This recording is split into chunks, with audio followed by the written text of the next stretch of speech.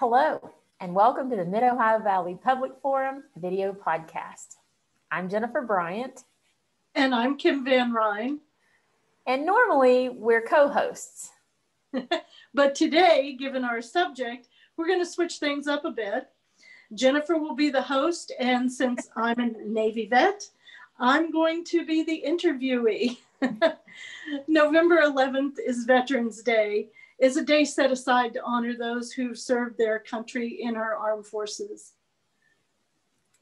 And this year, we're honoring those that some refer to as invisible vets. We call them invisible because their contribution to our military and our country is often forgotten and sometimes mostly overlooked. We'll be interviewing women veterans, one from the Navy, one from the Air Force, and we hope from the Army. Kim, my co-host, is a Navy veteran, so I'm going to interview her right now. Thanks for joining me, Kim. I appreciate your time today. Tell me, when did you join the Navy? How old were you? I joined the Navy right out of high school. I was still 17, and actually my parents had to sign the papers to give me permission to go in. And I went in something called the delayed entry, which means they reserved a spot for me in boot camp, and I had to wait for that time slot to come up. So I signed the papers in June or July, and my birthday, my 18th birthday, was in August, and I went off to boot camp a month later. Well, what made you decide to join the military, and why specifically the Navy? Okay, well, like a lot of teenagers, I was anxious to leave home. My mom and I didn't get along, and so I was just itching to graduate high school and get out on my own. I think that's pretty common for teenage girls. Yeah, and I wanted to go to college, but my parents said either I could live at home and go to what was then Parkersburg Community College. It's now WVUP. But back then it was a community college, and they offered very little in the way of courses.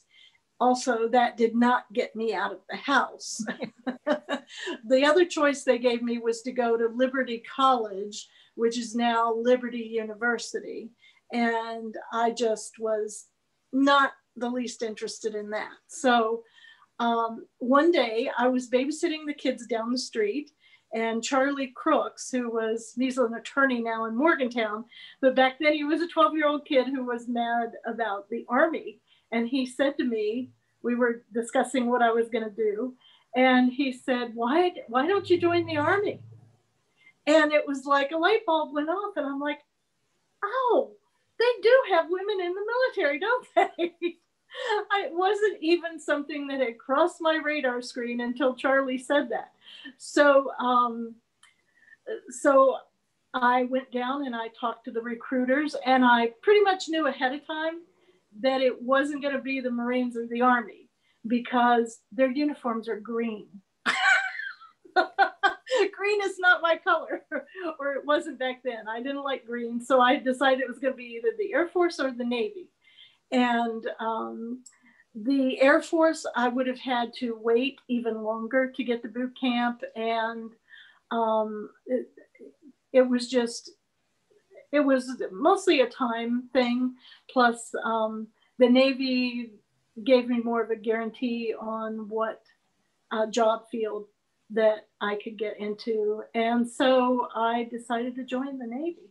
And that's why I picked that one.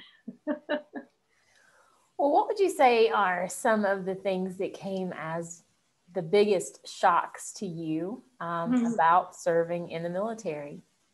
Well, I didn't have there was no history of military service in my family. Going all the way back to my great-grandparents, it just happened that the men in my family were either too old or too young for all, the various conflicts. So none of them had served in the military. Um, I had an uncle on each side of the family that had served in the Korean War, but I'm not even sure I was aware of that at the time. So and I grew up in West Virginia. There aren't military bases in West Virginia. You don't encounter too many military people. And so. And that's funny though, because West Virginia has, the last time I looked, the highest rate of military service per capita. Right. But you don't see them in uniform on the streets, do you? You don't. No. They're veterans or they're home on leave, and not wearing the uniform. So I really had no ideas about the military, other than what I might have seen in the movies. So I went there kind of with a blank slate, not really knowing what to expect. The two things that were the biggest shocks, I think, were number one, you can call it nitpickiness, or you could call it attention to detail. Mm-hmm. But boot camp was and the military in general, but especially boot camp, very, very focused on the minutest detail. And I've never been a detail person. so that was a real culture shock for me. But I think ultimately it was beneficial because, I learned to pay a little more attention to the details. The other thing that was a big shock, and I won't say I didn't entirely expect it, but I didn't expect the level of it, was the sexual harassment. This was the 70s. We were just coming out of the Vietnam War because I enlisted in 1974. And in fact, I'm considered a quote unquote Vietnam era veteran. Okay. So the military in general did not have a good reputation among the general public. I served with guys who were still serving out their draft sentence, so to speak. So, the military back then was definitely more of a cross section of the general public. Okay. I think now with the all volunteer force, you get a different segment of the population. But back then it was anybody and everybody, all young men. And the sexism, there weren't many women. We were just starting to come in with the all volunteer, military, just starting to come in greater numbers. And there was a lot of pushback from the guys, and they could get incredibly crude, rude, and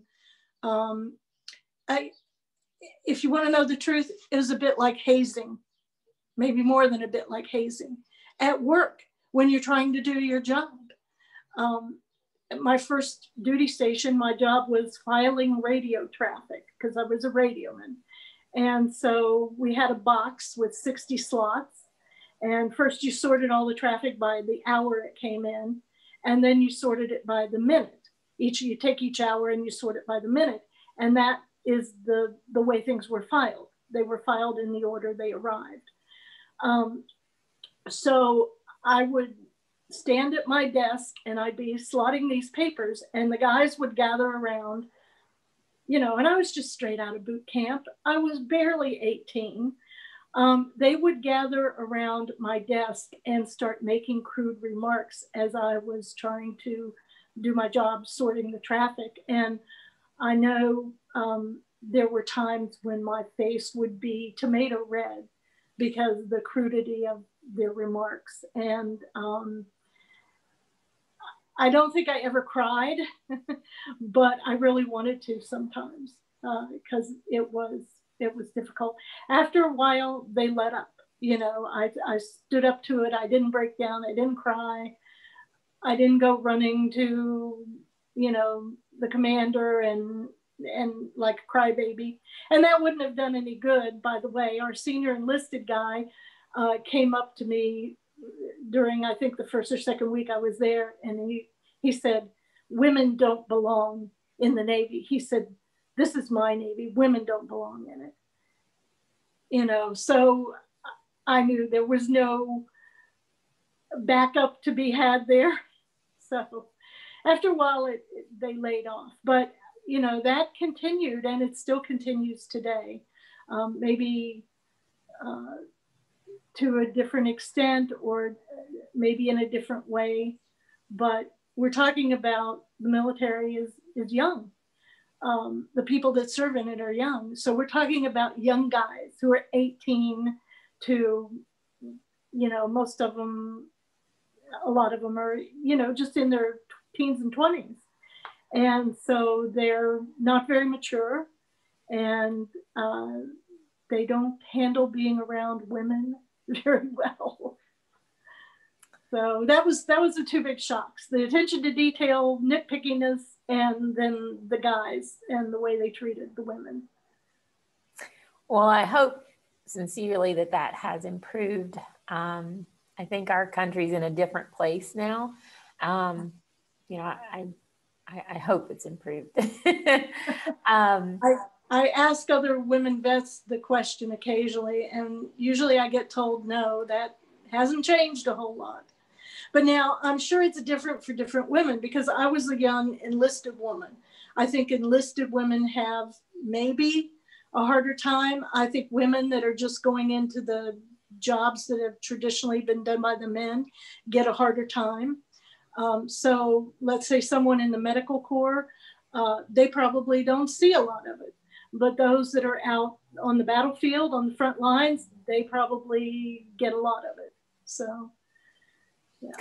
Well, describe your service a little bit for us. How long did you serve? You described a little bit about one of your jobs, but I think I know that you had more than that job.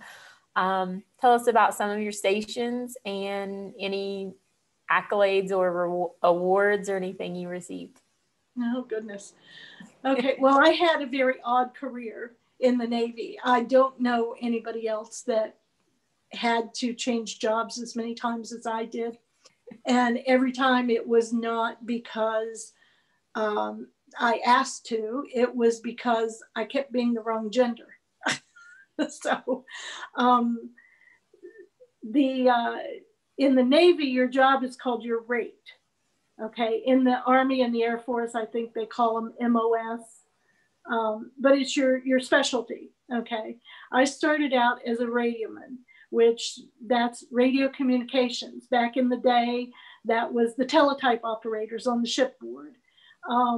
Back when I joined, they were still teaching the guys Morse code, because if your teletype broke down, you under certain circumstances, you still had to use Morse code.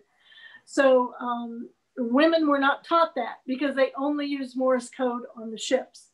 So we learned to use the teletype, and they were just getting started in the computerization of the message traffic. So I worked in a message center in Naples, Italy. That was my first duty station. And so we processed all these messages that came across on the computer, and we sent out messages from the commands in our area. And when I say we processed the messages, like a message would come in and it would be for like 6 commands in our area. Well, we had to make the print. We actually had printing press, and we had to print up the messages and get them to the appropriate commands. So I'm sure it's all vastly changed these days. But back then it was still, it was still printing presses, it was still teletype machines, and some computers. I did that for 2 years, and I ended up meeting and marrying a radioman from another command. He was at the commander of the submarine forces in the Mediterranean. He was at that command, because they had their own little message center. A lot of the commands had their own little message center where they'd have, 2 or 3 or 6 radiomen who processed the message traffic. So I ended up marrying him, and we decided to start a family. And so I got pregnant and I got out. Now, what was funny is in the 60s, starting in 1948, women could serve in the military. But if you got married, you were forced to leave. They discharged you. That was an automatic discharge because you got married, okay? And they didn't think military service was compatible with marriage for women. Now, naturally, men could be married. That wasn't an issue. But women, if you got married, out the door with you. They changed that a little while, sometime in the 60s, I believe. Then you could be married, but you couldn't have children. If you got pregnant, that was an automatic discharge. And they just stopped that in May of 1974. And I came in September 1974. So it had just recently been changed. So I could have stayed in and had a child. But number one, I didn't want to. But number two, you had to ask permission to be allowed to stay. And if you didn't have a sterling record, plus all kinds of childcare, you had to have your childcare arrangements set out in a plan that was approved by the command, and they had to approve you to stay in. So anyway, I got out in 76. And then my husband continued in the military. So I was a military wife, and we went to Atsugi, Japan, which I really loved. And then we ended up getting divorced. And I went back to the States and came back home to West Virginia and went to WVU. And I was a single parent.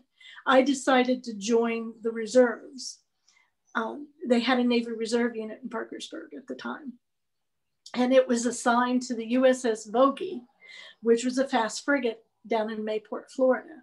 And the thing about reserve units, they can be mobilized, as we found out after 9/11. Prior to then, they hadn't very often been mobilized. Well, when you are in a reserve unit, you have to be eligible to serve at your mobilization site, okay? So they had a billet at the Reserve Center in Parkersburg for a radioman seaman, which is what I was, but it had to be a guy because it was a fast frigate. It was a combat ship. Women were not allowed in combat. So they said, okay, we'll take you in the reserve unit, but you're going to have to change job fields. You're going to have to change rates.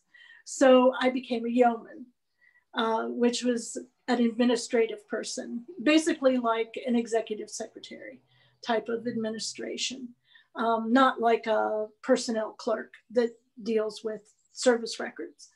The yeomen basically work for officers, and they do personnel evaluations and fitness reports. They write, when you get up high enough in the ranks, you can become an admiral's speechwriter. So, you know, more of the executive side of things. So I went in the reserves in 1980 and I did that. And after I got my degree at WVU, I went to Washington, DC, and I ended up in the Pentagon. So through a series of things that happened, ended up serving in the Office of the Assistant Secretary of Defense for Reserve Affairs. And now this is the weekend warrior gig, where you do 1 weekend a month and 2 weeks active duty a year. As I got to know people at the Pentagon, there are things that come up where temporary duty assignments, where they need administrative personnel. Like every year they have a flag officers conference where they bring in all the Navy admirals, for instance, and they have a week-long conference. The Master Chief Petty Officer of the Navy has a Fleet and Force Master Chief Conference every year. There are war exercises that go on. There are state dinners that the Secretary of Defense has from time to time. So for these special events, they need extra people just temporarily. So I did a lot of those kinds of assignments. I worked on a state dinner for the Japanese Minister of Defense, working for the Secretary of Defense. I did the Admirals Conference every year for a number of years, and so forth. So that was unusual. Not very many enlisted people serve in the Pentagon, period. And then most of them don't get acquainted with all the various, I did things for SecNav, Chief of Naval Operations, Secretary of Defense. It was unusual to be able to do those things. And then I decided to go back on active duty. And I was going to go back as a yeoman. And I was hoping eventually to go to become a speechwriter. And when I went to re-enlist on active duty, at that time they had too many female yeomen, and they were not going to take me back as a yeoman. They said, we'd love to have you back on active duty, but you can't be a yeoman any longer. So then I became an air traffic controller, and I went to was stationed at Naval Air Station in Lemoore, California. And I did that until I got out in '96. And so altogether, because of broken service and reserve time and active duty time, I ended up with 17 years of service.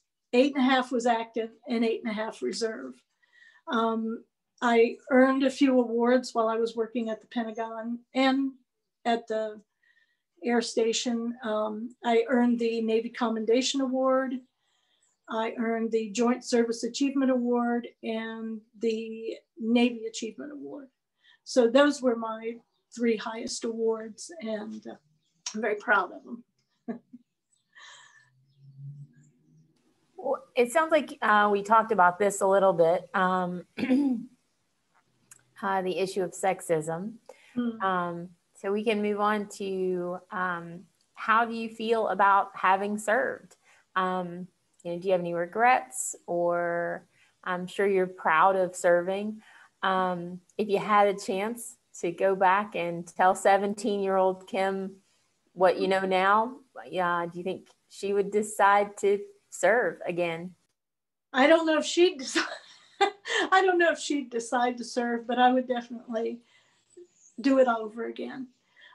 It was tough, but it made me into the person I eventually became. I learned a lot about myself and what I could withstand. It gave me a lot of confidence. It kind of taught me not to give a shit about other people's opinions. Because there's that sailor coming out in you. Yeah, sorry about that salty language and all. Not that I don't care about what other people think, but it taught me to maintain my own point of view, to stand up for myself. And maybe I would have always been like that. I don't know, but it gave me a lot of confidence. I had, so many different things throughout my career, and I learned a lot from all of it. So no, I don't regret it at all. I'm very proud of it. I would tell myself to do it again, but I think if we were talking about maybe whether I would advise other young women to do it, I would tell them to be sure that they want to do it. Don't go into it with the idea that if you don't like it, you're going to quit. Be sure it's what you want to do, and then go for it. I think that's great advice. Well, at this point, I'm going to open it up and let you tell us and the listeners anything else you think we would love to hear. Maybe a funny story or something unusual from your time. It sounds like you traveled quite a bit. So maybe, something from your experience that you'd like to let us know about. Oh, geez. I have some embarrassing stories that I won't tell. My most embarrassing moment ever happened when I was at the Pentagon. And I'm not going to tell you about that. But here's a story I will share. It happened when I was in boot camp. And I talked about the nitpicky part. In boot camp, you have all these inspections daily. You have your bed gets inspected to see if it's made properly. Your locker where you store your clothing and your personal items. Not that you're really allowed to have any personal items in boot camp. They give you everything, and you're allowed a book or two, and maybe some letter writing materials, and I think you get one outfit that's civilian. But I'm not even sure about that, and it may have changed. But anyway, you had daily inspections of you in uniform, of your bed, of your locker. And if you failed enough inspections, you'd get set back a week. In other words, you'd get removed from the company that you had been with the whole time in boot camp and put back to repeat with another unit to repeat an additional week. So just like in school, you fail a grade, you got to repeat it. Well, if you fail enough inspections in boot camp, you got to repeat. And you're allowed to fail up to 2. And after 2 inspections, you're in danger of getting sent back. 3 will send you back. Okay. Well, one week I hit 2. I failed personnel inspection because I had an Irish pennant on my blouse. An Irish pennant is just a loose thread. And I didn't notice it, neglected to clip it off. And so that was my first failure. My second failure was a locker inspection. And everything in your locker, all your clothing, has to be folded a certain way. And there are all these detailed instructions on how to fold your underwear. And as you can imagine, a bra is complicated to fold. And I had folded my bras wrong. I had started the initial fold in the wrong direction. And so I failed my locker inspection. So at that point, they give you a stern talking to, okay?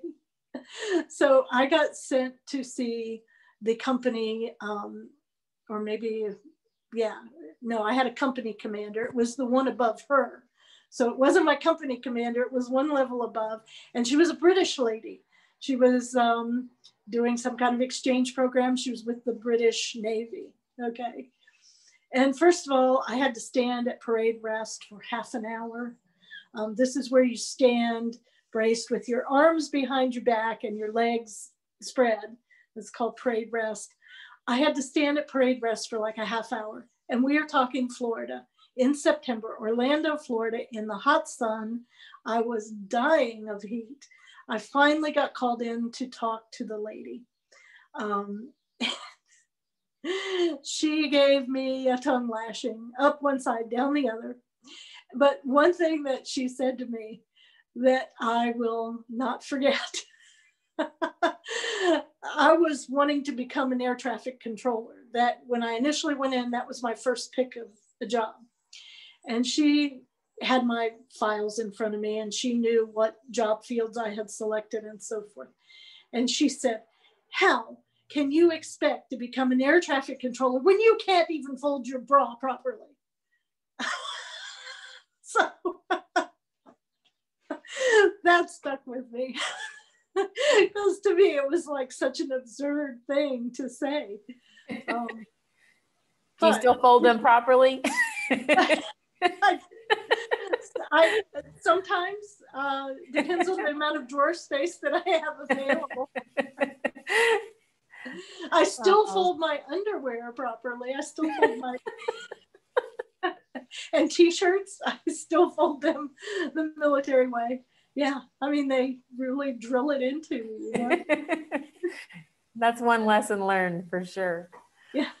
Well, Kim, I appreciate your time today talking to us about your military service. For everybody else, please take a moment to think about our veterans, those who served in the past and those still currently serving. And remember that we all owe a debt to those who have served and are serving, who preserve our freedom. Thank you, Jen.